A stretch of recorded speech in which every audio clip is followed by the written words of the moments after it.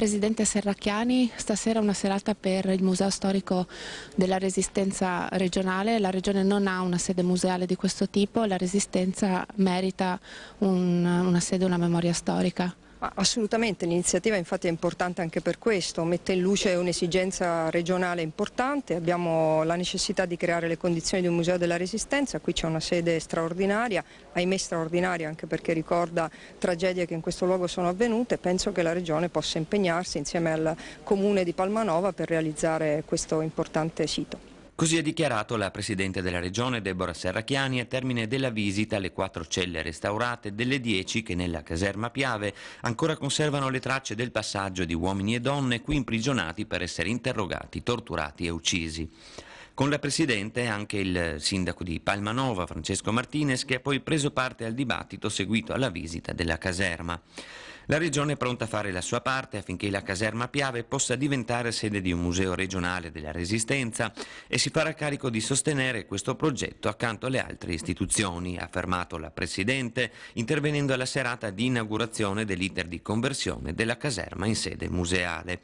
Questo è un luogo della memoria che deve essere preservato e valorizzato. Farne un museo, ha aggiunto Serracchiani, non significa solo salvaguardare un contenitore, ma riempirlo di contenuti importanti con cui continuare a fare ricerca per dare testa e gambe alla storia. Troppe generazioni di giovani, ha evidenziato, non conoscono le atrocità attraverso cui l'Italia è passata per conquistare la propria democrazia e troppo spesso a scuola non c'è tempo per la necessaria riflessione sugli anni della Resistenza. Un motivo in più, secondo Serracchiani, per recuperare quelle radici e comprenderne le ragioni profonde, perché il Paese non cada nell'errore di pensare che sia sempre possibile barattare la legalità con qualcos'altro. Prima del dibattito la Presidente aveva visitato le celle in cui tra il settembre 1944 e i primi giorni dell'aprile 1945 furono torturate ed uccise 465 persone tra uomini e donne, partigiani e civili. Tutti i fatti ripercorsi nel libro Repressione antipartigiana in Friuli, la caserma Piave di Palmanova e i processi del dopoguerra, presentato dall'autrice Irene Bolzan, che ha ricostruito 8 mesi di storia a partire dai documenti processuali. Il progetto di Massima per fare della Piave una sede museale con finalità didattiche ed in rete con i vicini ex campi di concentramento di Visco e Gonars è già pronto ed un ordine del giorno a sostegno dell'iniziativa verrà presentato al Consiglio regionale e al Consiglio provinciale di Udine.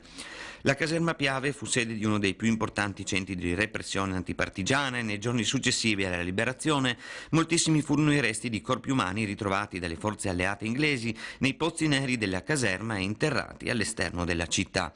Delle vittime, 231 sono attribuite alla banda Borsatti e 234 alla banda Ruggero, le 2 figure di spicco nella cruenta operatività della caserma.